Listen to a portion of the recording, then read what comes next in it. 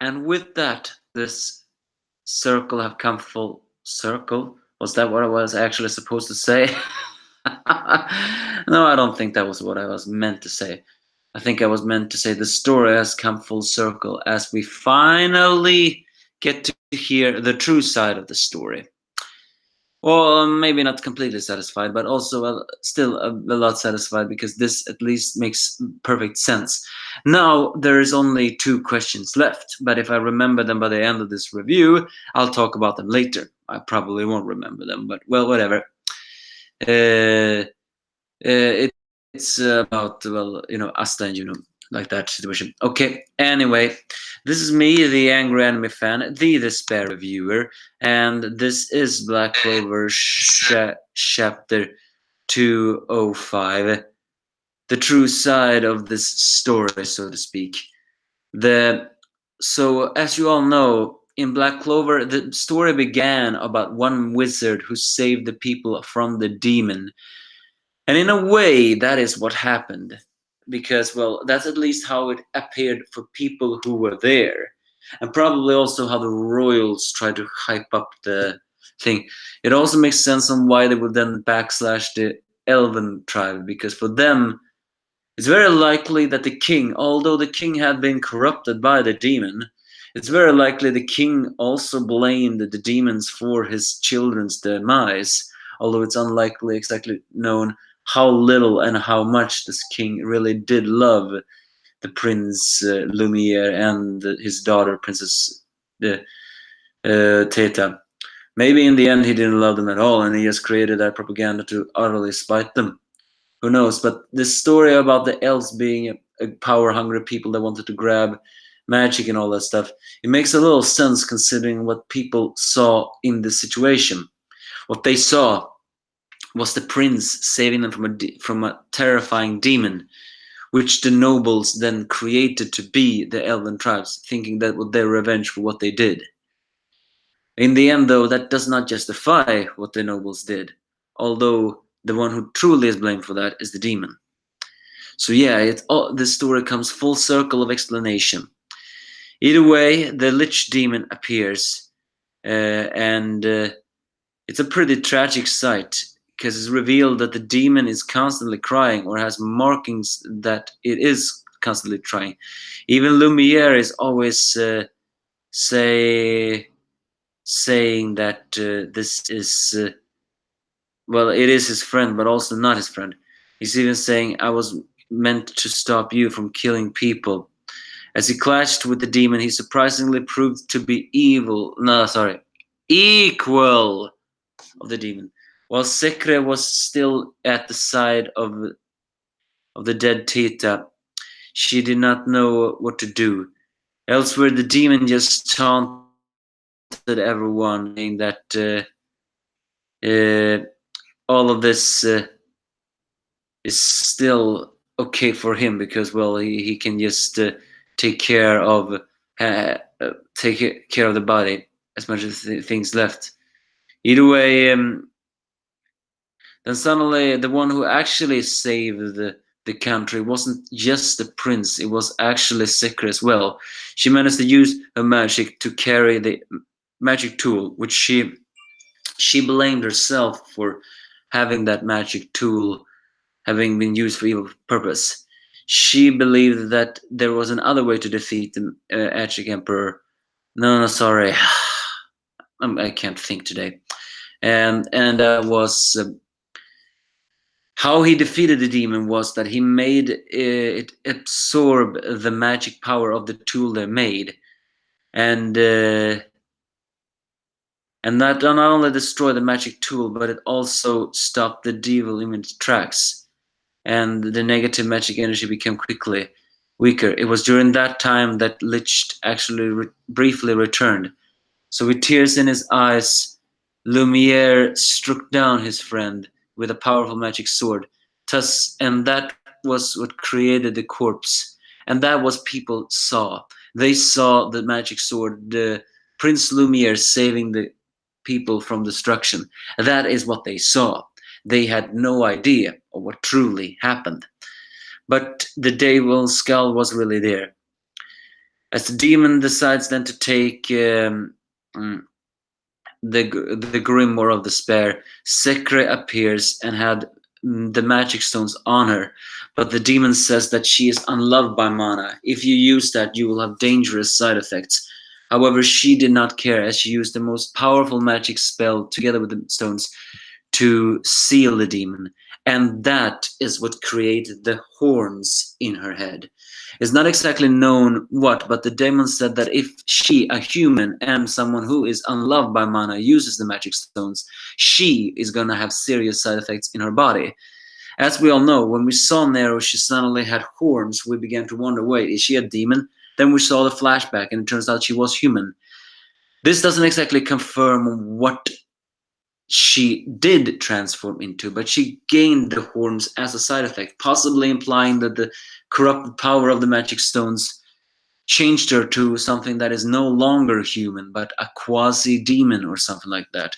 Who knows? I'm not a theorist, so who knows? Either way, the demon tried to pull in the magic stones and then used as well, remember, the demon said he was the one who cast the forbidden magic spell that made everyone reincarnate.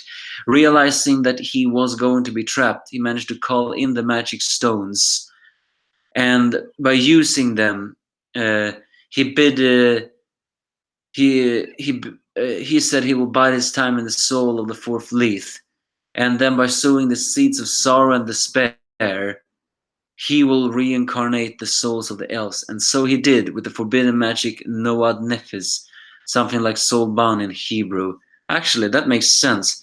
There is a lot of Jewish religious or mythology. I don't know. I'm not Jewish, nor am I religious. But there is a lot of religious themes in Black Clover. It was only thanks to the now gone theorist Pale Ranger that was able to say that.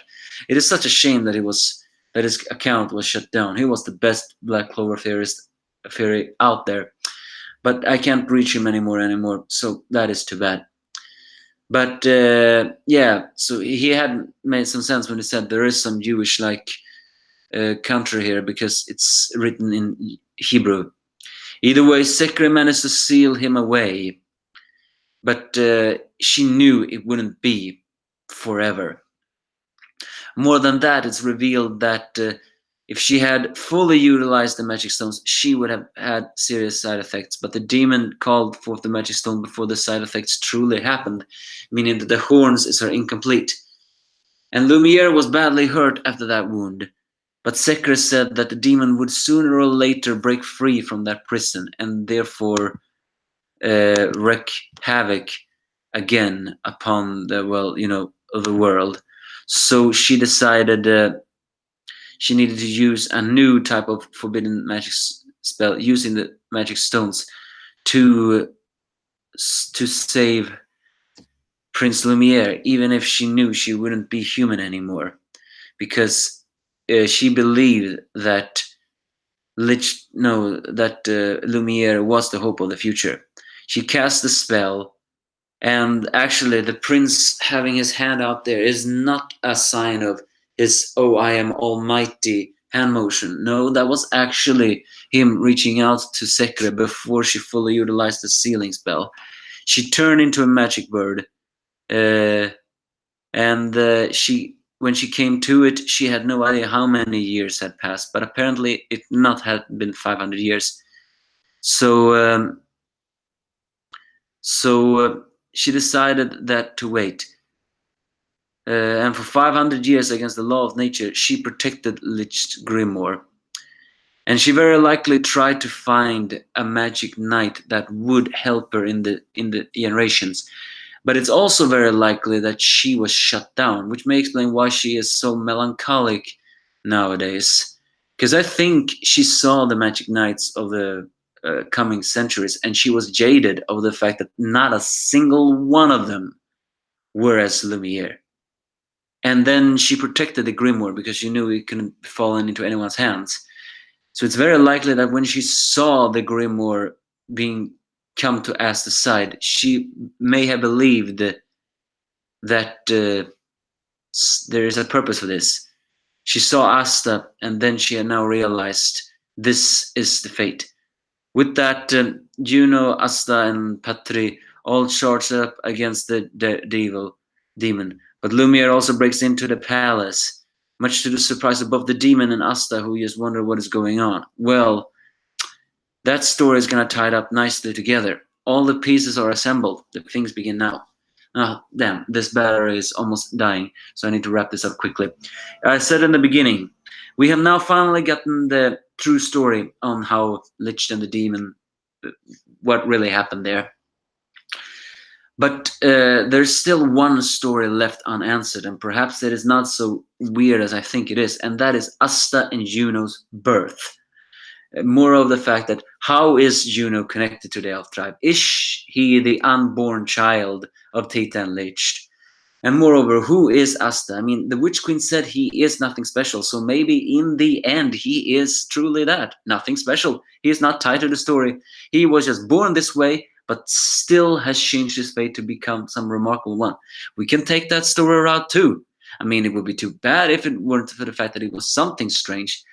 But it doesn't answer the question on why a demon is inside Asta or inside the Lich's grimoire, because Sekre protected it for so many years, and yet now we have these situations.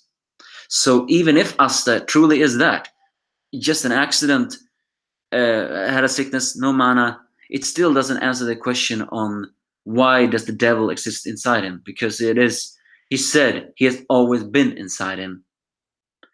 Either way, the true tale of the story. A tragic end to a friendship.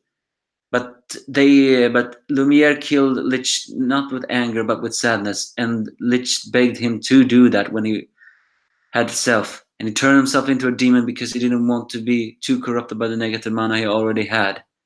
In the end, it was a tragic fate. But there was an unknown hero in all of this, Nero, aka Sekre. Give me your thoughts if you have any.